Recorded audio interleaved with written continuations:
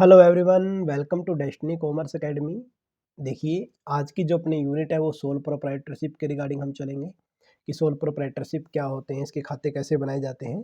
साथ में इसके अलावा हम कंपनी के बैलेंस शीट वगैरह के बारे में पढ़ेंगे, पीएनएल, प्रॉफिट एंड लॉस के बारे में और लिक्विडेटर के लिए, और कुछ इंटरेस्टिंग पॉइंट और है जो हम करने वाले इस लेक्चर में। आइए, फर्स्ट ऑफ ऑल दिया गया है आपके पास कि सोल प्रोप्राइटरशिप होती क्या है, या फिर इसको सोल ट्रेडर भी बोल सकते हो आप, और इसका फॉर्मेट क्या है, फाइनेंशियल अकाउंट ये कैसे मेंटेन करता है। हालांकि कंपनी का तो सबको पता है, लेकिन ये कैसे मेंटेन करता है वो भी हमें देखने हैं।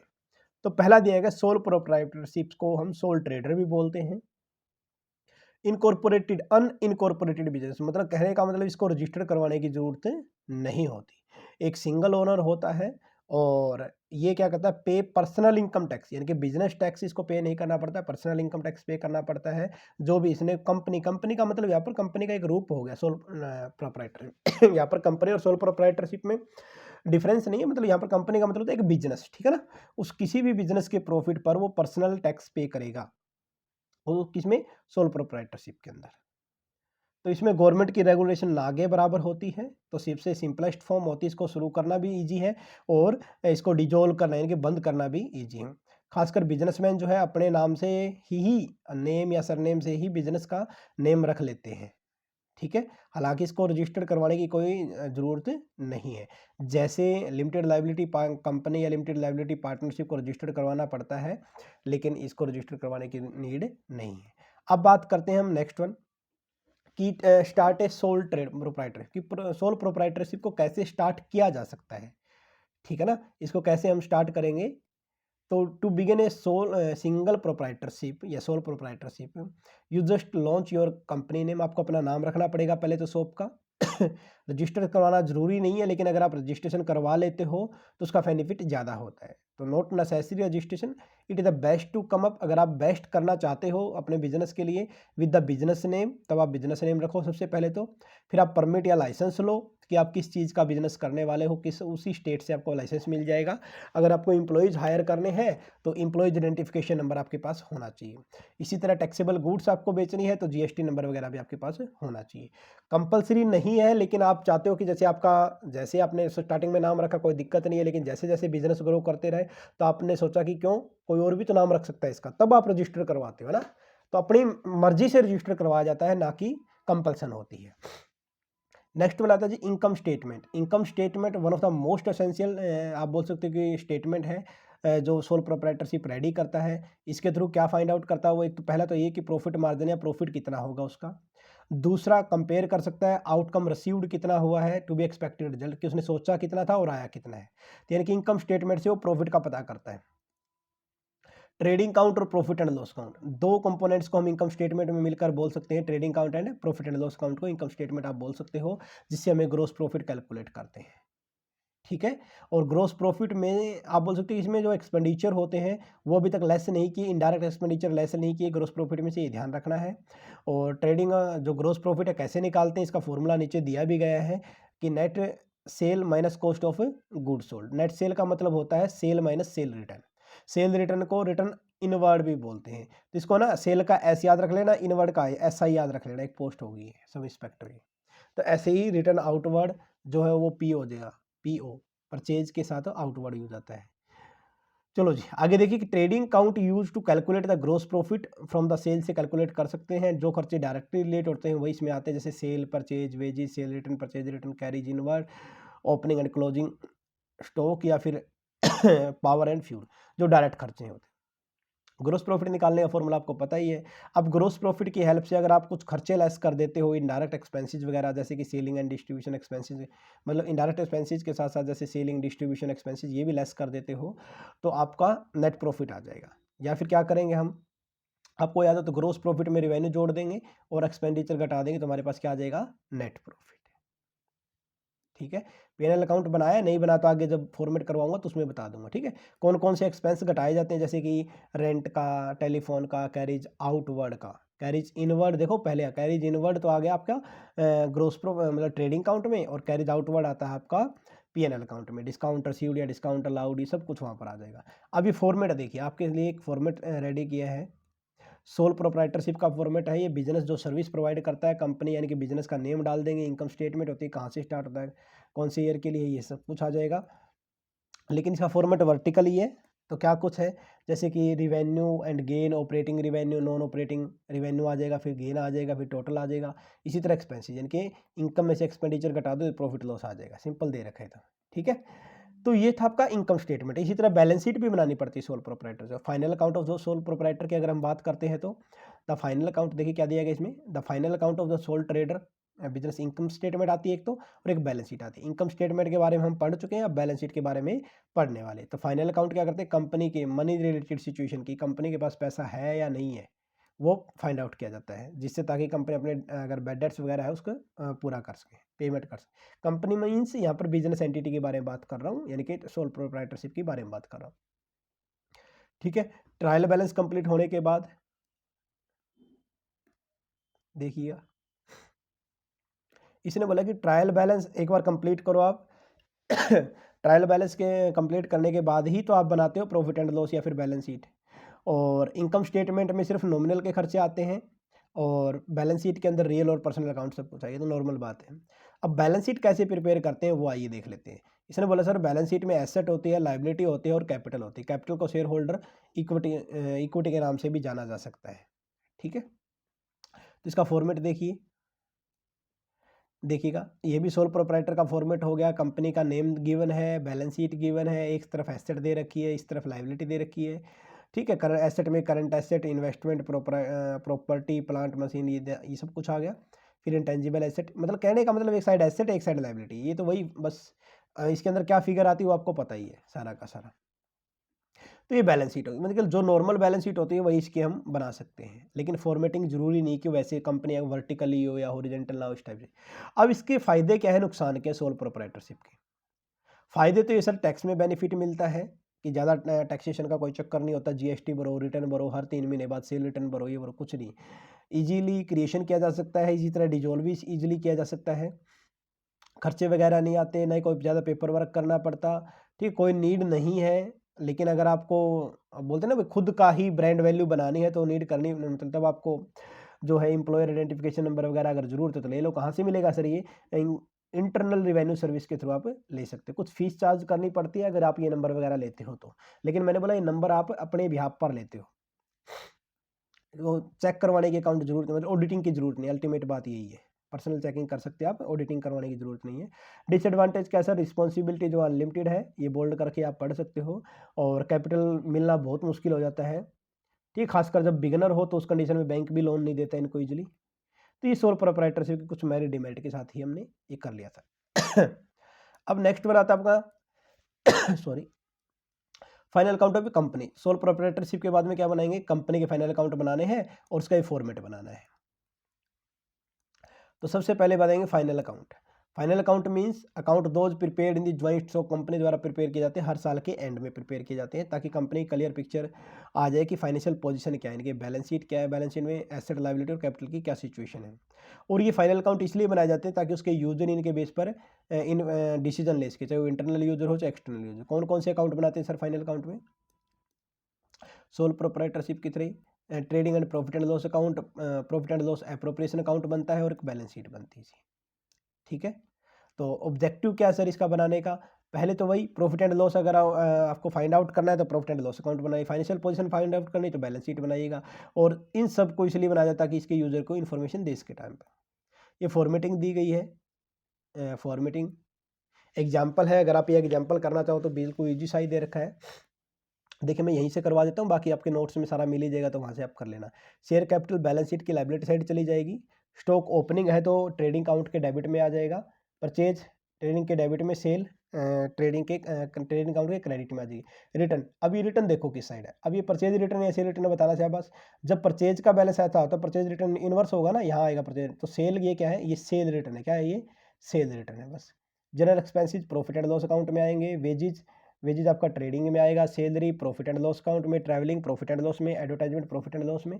ये जैसे जैसे मैं लिखता जा रहा हूँ ना वैसे वैसे आप लिख देना, प्रॉफिट एंड लॉस अकाउंट में आएगा सब कुछ। अब बात करते हैं बिल्डिंग की, ठीक है, ज़्यादा मुश्किल नहीं है, एक बार बस ये पता होना चाहिए आएगा कहाँ पर, वो मैंने सारा बता ही दिया।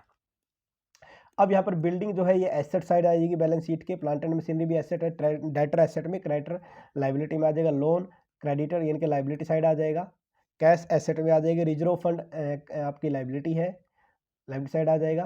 प्रीमियम एक्सपेंसेस ये एसेट में आएंगे, मिसलेनियस एक्सपेंसेस के हेड के अंदर डालते हैं। प्रॉफिट एंड लॉस का क्रेडिट बैलेंस ये एप्रोप्रिएशन में डाल देंगे, इसको कहाँ डाल देंगे, क्योंकि profit and loss appropriation account भी बनाना है ना, तो इसलिए इस बैलेंस को एक बार प्रॉफिट एंड लॉस एप्रोप्रिएशन में, क्रेडिट बैलेंस है तो क्रेडिट साइड लिख देंगे इसको, ठीक है। बस ये सारी एडजस्टमेंट होगी, सिंपल मैच कर लेना कोई जो। अब बात करते हैं, आपको पता सर एडजस्टमेंट एंट्री जो दे रखी है उसकी दो जगह एंट्री जाती है। अब क्या दे रखा है, transfer to reserve fund, reserve fund में दे रखा ना, एक तो चला जाएगा लाइबिलिटी साइड में सर, और एक जो profit and loss appropriation account बनाएंगे उसकी डेबिट साइड में डाल देंगे, रिजर्व में ट्रांसफर करते थे ना partner capital account, sorry partnership के अंदर, सेम ऐसा ही करना है। डेप्रिसिएशन बिल्डिंग में एक तो चला जाएगा प्रॉफिट एंड लॉस अकाउंट में सर, एक चला जाएगा बैलेंस शीट में, बिल्डिंग के अंदर एसेट साइड में लेस कर देंगे। स्टॉक क्लोजिंग स्टॉक दे रखा है, एक तो चला जाएगा सर ट्रेडिंग अकाउंट में और एक चला जाएगा एसेट साइड में। डिविडेंड दे रखा 15% ऑन कैपिटल में, डिविडेंड देना है, तो डिविडेंड देना है तो सर एक तो एप्रोप्रिएशन में डेबिट में आ जाएगा डिविडेंड, और दूसरा सर डिविडेंड होती है हमारे पास लाइबिलिटी, करंट लाइबिलिटी, तो करंट लाइबिलिटी हेड के अंदर आ जाएगा, ठीक। डेप्रिसिएशन का सेम डिटो यही ऊपर करके आए थे। तो बस आपको बनाना क्या क्या है, ट्रेडिंग अकाउंट बनाना है, प्रॉफिट एंड लॉस अकाउंट बनाना है, इसके बाद profit and loss appropriation account बनाना, बैलेंस शीट बनाना, कुछ भी ज़्यादा नहीं है। देखिएगा जो हमने बोला था, ओपनिंग स्टॉक आ गया, purchase return, cell purchase return तो थी नहीं, तो फॉर्मेटिंग वैसे करके आप चाहे ना भी लिखो, closing stock, wages, gross profit आ गया, देखिएगा। तो जो ग्रोस प्रॉफिट यहाँ पर आया, ये ग्रोस प्रॉफिट यहाँ डाल दिया गया, ये तो सबको पता ही है। फिर डिस्काउंट रिसीव्ड था तो इस साइड आ जाएगा सारा। बस ये जो मैंने बताया सब कुछ वैसे लिख के, फिर आपका प्रॉफिट आ जाएगा ये वाला 9,350। अब आपका एप्रोप्रिएशन का प्रॉफिट बैलेंस शीट के अंदर क्रेडिट का दे रखा था 55,000, तो बैलेंस बीडी वो लिख देंगे, और प्रॉफिट ये जो प्रॉफिट है ना ये यहाँ पर आ जाएगा, ठीक है। और ये न्यू रिजर्व बोल सकते हैं आप, या डिविडेंड प्रपोज ये आ जाएगा, तो बैलेंस आ जाएगा 42,350। ये क्या है, 42,350, ठीक है। ये आपका कहाँ चला जाएगा, ये आपका आ जाएगा बैलेंस शीट की लाइबिलिटी साइड में, कैपिटल में जोड़ देंगे इसको, आ जाइए जी। अब देखो कैपिटल है 80,000 की तो दे ही रखी थी, फिर रिजर्व फंड ये देखो रिजर्व, ये एड न्यू रिजर्व आ जाएगा, प्रॉफिट एंड लॉस एप्रोप्रिएशन का बैलेंस यहाँ पर आ जाएगा, सिक्योर्ड लोन 25,000 रुपये का दे रखा था लोन वहाँ पर, और ये प्रपोज डिविडेंड इसमें आ जाएगा, और क्रेडिटर सन्ड्री क्रेडिटर दे रखे हैं। इसी तरह एसेट में फिक्स एसेट बिल्डिंग में से डेप्रिसिएशन लेस, प्लांट में डेप्रिसिएशन लेस, क्लोजिंग स्टॉक 12,000 का, सन्ड्री डेटर 45,000 के, कैश 1,400 रुपये का, प्रीमियम, ये टोटल बैलेंस मैच हो गया इसका। तो ये है ना इमेजिनरी फिगर बना लो आप, या खुद को लिख के देख लो, चाहे एक क्वेश्चन मान लो इसको, इस टाइप से आप कर सकते हो इसको, ठीक है। फिर आता है जी, what are the emerging trend in the presentation of final account. ये मोस्ट इंपॉर्टेंट है, नया टॉपिक है, ये करना प्लीज। तो क्या कुछ देर के इसके अंदर हमने 5-10 पॉइंट पढ़ेंगे इसके अंदर, कि कौन कौन से इमर्जिंग ट्रेंड है, कि आजकल फाइनेंशियल अकाउंटिंग कैसे मेंटेन किए जाते, पहले मैनुअल थे, फिर आप बोल सकते हैं कंप्यूटर की हेल्प से करने लगे, अब और भी ज़्यादा एडवांस हो गए जी। तो क्या क्या है इसके अंदर, फर्स्ट वन दिया गया जी अपने पास, to rise the artificial intelligence, कि एआई का ज़्यादा यूज़ होने लगा तो अकाउंटेंट भी इसका फ़ायदा उठाने लगे। इसने बोला कि नॉर्मली डर होता है कि आर्टिफिशियल इंटेलिजेंस आ जाएगी तो ये अकाउंटेंट की जॉब को खा जाएगी, जबकि ऐसा कुछ भी नहीं है, बल्कि ये एक तरह का टूल ही है जो उसको अकाउंटेंट ज़्यादा अच्छे से यूज कर सकता है इसको सीख कर, ठीक है। AI is creating new opportunity, बल्कि नई अपॉर्चुनिटी क्रिएट करता है प्रोफेशनल के लिए, क्यों, क्योंकि उनका काम थोड़ा ईजी हो जाता है।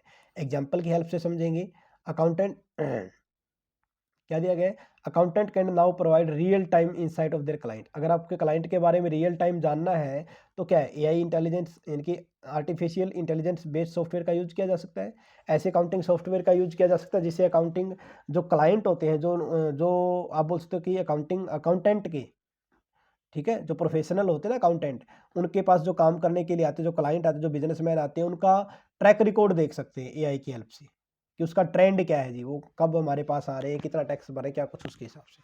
तो नए नए सॉफ्टवेयर हैं उनका यूज करके ऐसा किया जा सकता है, ठीक है। मोर एडवाइजरी नेचर की होती है, ये हेल्प करते हैं कि फ्यूचर में कैसा क्या कुछ होगा।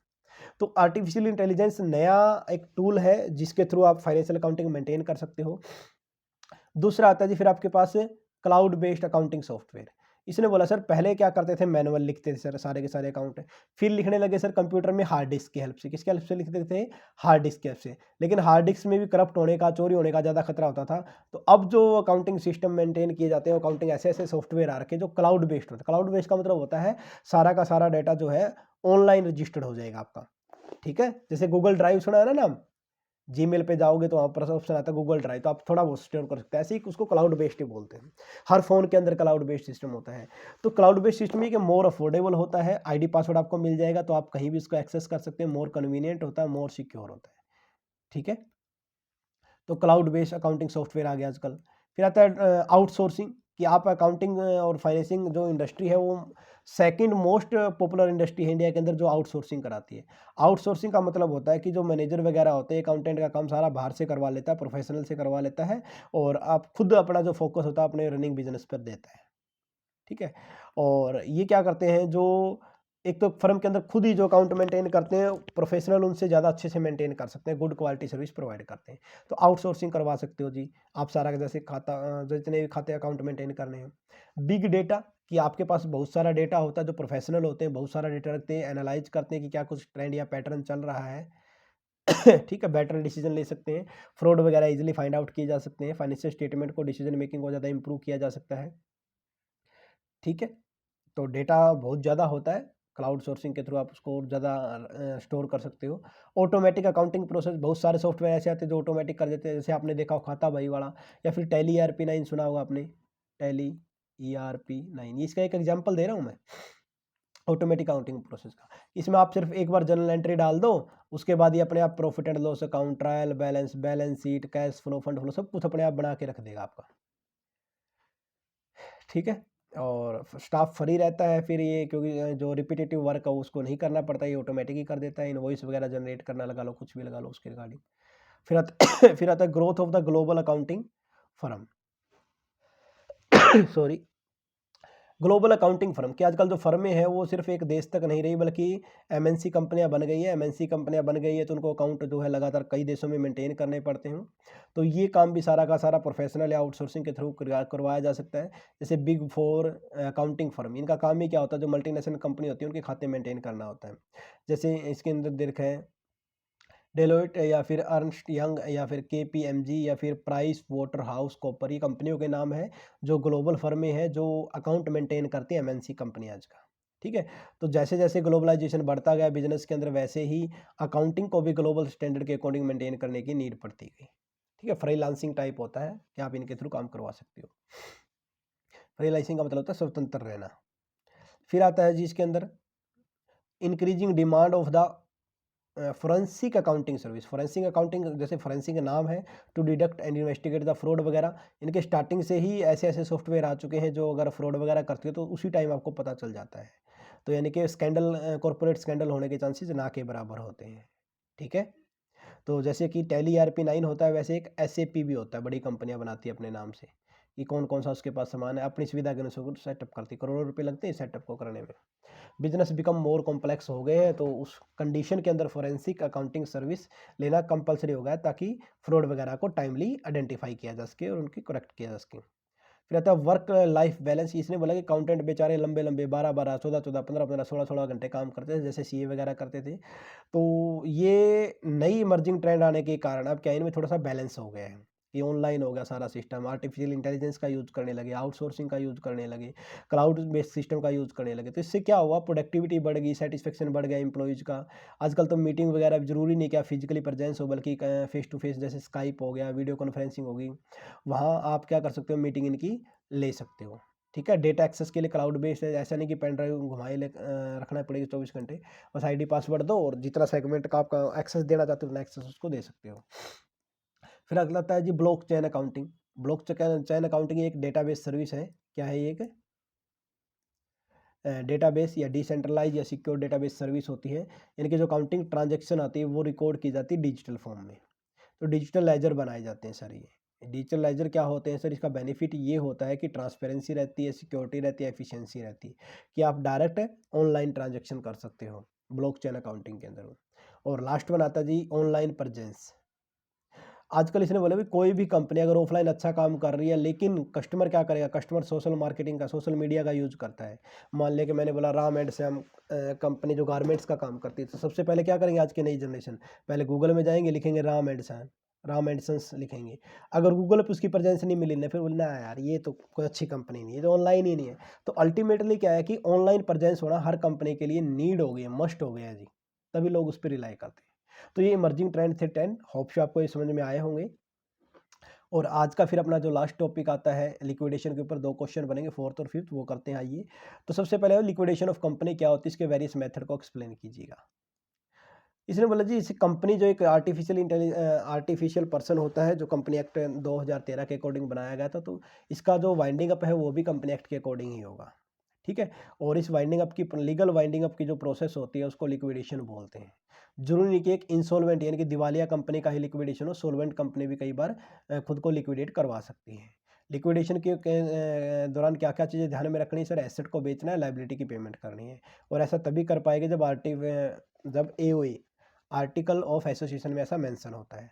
और नॉर्मली अगर मान लिया कि पैसा सरप्लस में एसेट में ज़्यादा हो गया तो कोई दिक्कत नहीं है, लेकिन अगर एसेट का पैसा बेचने पर कम है, लायबिलिटी की पेमेंट ज़्यादा करनी है, तो जिससे अगर अभी तक पैसा पूरा नहीं मंगवा रखा शेयर होल्डर से, उनसे कॉल्ड अप हम मंगवा लेंगे, और ये सब सारा का सारा काम किया जाता है, उस पर्सन को बोलते हैं लिक्विडेटर। अब इसके मेथड्स पढ़ते हैं। सेक्शन 270 के अकॉर्डिंग 2 तरह से इसका वाइंडिंग अप किया जा सकता है किसी भी कंपनी का। एक होता है बाय ट्रिब्यूनल, ट्रिब्यूनल का मतलब यहाँ पर कोर्ट के रिगार्डिंग है। किसके रिगार्डिंग है? कोर्ट के रिगार्डिंग है। ठीक है? तो जो लिक्विडेटर है वो कोर्ट ही अपॉइंट करता है। तो किस-किस कंडीशन में, 5 ऐसी कंडीशन है, बेसिक पीजीटी पे अब भी क्वेश्चन आया था और इसके क्वेश्चन आने के चांसेस अब भी ज़्यादा ही है, कि 5 ऐसे प्रोसीजर है जहाँ पर कंपल्सरी वाइंडिंग अप कोर्ट द्वारा किया जाता है। पहला तो स्पेशल रेज़ोल्यूशन पास करके कंपनी का आप बोल सकते हो कि कंपल्सरी वाइंडिंग अप किया जा सकता है। दूसरा, 5 साल के अंदर भी अगर आपने लगातार 5 सालों से आप स्टैट्यूटरी रिपोर्ट जो है देनी थी रजिस्ट्रार को, फिल नहीं कर रहे हो, तब भी आप क्या हो सकते हो, वाइंडिंग अप करना कंपल्सरी हो सकता है। या आपने बिज़नेस फ्रॉडेंट मैनर में चलाया, फ्रॉड करने के लिए बिज़नेस सेटअप किया है, जैसे वो चलती थी ना परल वाली थी, इंश्योरेंस वाली, एक फ्यूचर मेकर कंपनी थी, उस टाइप की कोई कंपनी हो तो उनका वाइंडिंग अप कंपल्सरी हो जाता है। और जब फर्म अपने डेब्ट का पैसा पेमेंट करने में अनेबल हो जाएगी, तब यानी कि इंसॉल्वेंट हो जाएगी, तो उस कंडीशन में कोर्ट परमिशन दे सकता है कि कंपनी का वाइंडिंग अप करो जल्दी से। और लास्ट आता है जब कोर्ट को सही लगे, जस्ट एंड इक्विटेबल लगे, तब भी वाइंडिंग अप किया जा सकता है। वॉलटरी वाइंडिंग अप 2 तरीके से किया जा सकता है, एक तो मेंबर के द्वारा, एक क्रेडिटर के द्वारा। मेंबर तो उसकी कंपनी के खुद के हो गए, क्रेडिटर जिससे पैसा ले रखा वो। ये वॉलंटरी वाइंडिंग अप सेक्शन 304 के अकॉर्डिंग होता है। तो मेंबर के अकॉर्डिंग वॉलंटरी वाइंडिंग कब हो सकता है? जब कंपनी सॉल्वेंट हो। तो डायरेक्टर को सॉल्वेंसी रिपोर्ट रजिस्टर को सबमिट करनी पड़ती है विदिन 5 वीक, कि कंपनी सॉल्वेंट है, हम सारा पैसा दे सकते हैं, इसलिए हम उसको क्या कर रहे हैं, कंपनी को वाइंडिंग अप कर रहे हैं। और इसके लिए स्पेशल रेजोल्यूशन पास करना पड़ता है डायरेक्टर को 75% से। ठीक है? लिक्विडेटर जो अपॉइंट किया जाता है वो डायरेक्टर के द्वारा ही अपॉइंट किया जाता है। जो पहली एजीएम होती है, मतलब जो एजीएम होती है जिसके अंदर कंपनी को बंद करने के बारे में सोचा गया है, उसी मीटिंग के अंदर लिक्विडेटर, एक या एक से ज़्यादा लिक्विडेटर अपॉइंट किए जा सकते हैं और उसका रेमुनरेशन उसी में फिक्स किया जा सकता है। अगर मान लिया कि लिक्विडेशन 1 साल से ज़्यादा चलेगा, तो मीटिंग जो है वो लिक्विडेटर द्वारा बुलाई जाती है और उसमें लिक्विडेटर अपने पूरे साल का कामकाज का ब्यौरा देता है मेंबर्स को। ठीक है? या फिर और जो जो कामकाज का ब्यौरा देता है लिक्विडेटर, उसको जो लिक्विडेटर एक स्टेटमेंट पेश करता है जो एजीएम के अंदर, एनुअल जनरल मीटिंग के अंदर, उसको लिक्विडेटर फाइनल स्टेटमेंट के नाम से जाना जाता है। ठीक है? और ये सारी की सारी इन्फॉर्मेशन लिक्विडेटर 1 हफ्ते के अंदर रजिस्ट्रार को सबमिट कर देगा और 3 महीने के अंदर-अंदर, जैसे ही रजिस्ट्रार यस बोल देगा कि कंपनी को बंद कर दो, 3 महीने के अंदर-अंदर कंप्लीट वाइंडिंग अप होना कंपल्सरी है कंपनी का। ये तो मेंबर पॉइंट ऑफ व्यू से थे। अब चलते हैं क्रेडिटर या वॉलंटरी वाइंडिंग अप की तरफ। इसकी तरफ चलते हैं, क्रेडिटर या वॉलंटरी वाइंडिंग अप की, कि जब कंपनी सॉल्वेंट, डायरेक्टर जो है सॉल्वेंसी जो रिपोर्ट है वो डिक्लेयर ना कर पाए, डिक्लेरेशन ना दे पाए, यानी कि जब कंपनी इंसॉल्वेंट है तो उसका वाइंडिंग अप उसके क्रेडिटर द्वारा किया जाता है। और इसकी जो पहली मीटिंग होगी वो तो वही मेंबर्स की होगी, उससे नेक्स्ट अगले दिन, बिल्कुल जस्ट अगले दिन उसकी मीटिंग जो है क्रेडिटर की मीटिंग होगी। और उस क्रेडिटर मीटिंग की जो चेयर है, चेयर पर आप बोल सकते हो उसकी अध्यक्षता जो है वो एक आप बोल सकते हो मेंबर ही करता है।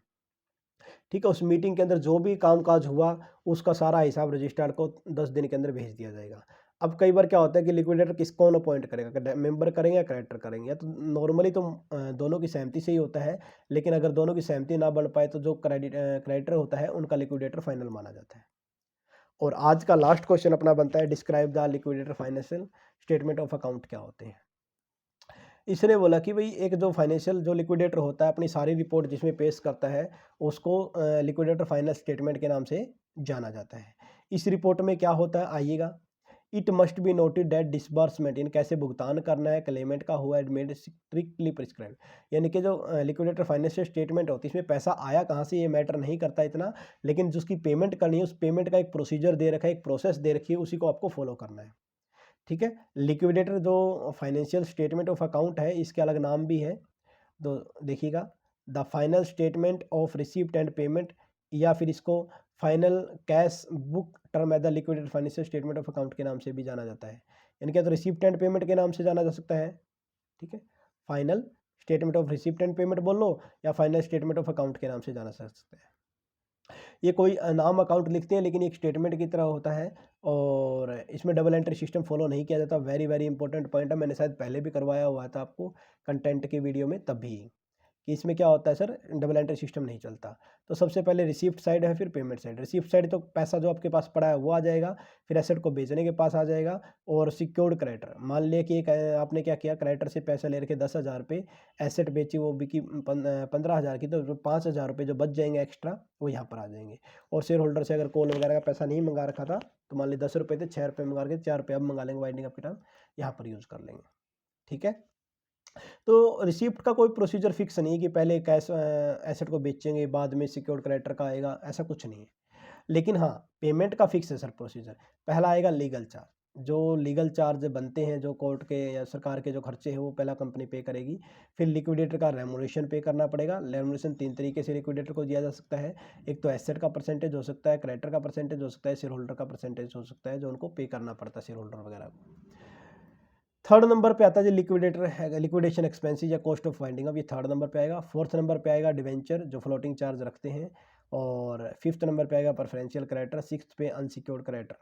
ठीक है, अनसिक्योर्ड क्रेडिटर के 2 पार्ट होते हैं, अनसिक्योर्ड क्रेडिटर के 2 पार्ट होते हैं, एक होता है प्रेफरेंशियल, एक होता है नॉन प्रेफरेंशियल। तो ये प्रेफरेंशियल वाला पहले आएगा, अदर या नॉन प्रेफरेंशियल वाला बाद में आएगा। फिर आपका शेयर होल्डर जो आएगा प्रेफरेंस वाला, और लास्ट में आपका क्या बचता है इक्विटी वाला। कुछ बचेगा तो इक्विटी को दे देंगे वरना रहने देंगे।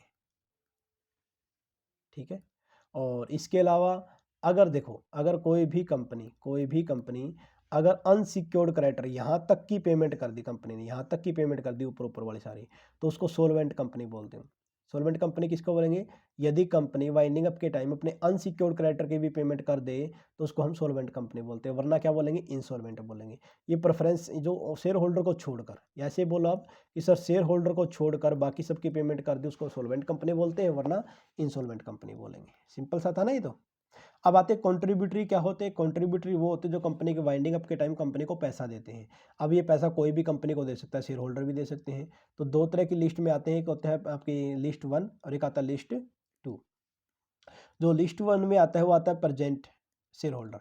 कौन आते हैं, जो प्रेजेंट शेयर होल्डर जो कंपनी के वाइंडिंग अप के टाइम पैसा देंगे वो लिस्ट ए में आएंगे, और बी में आता है पास्ट शेयर होल्डर।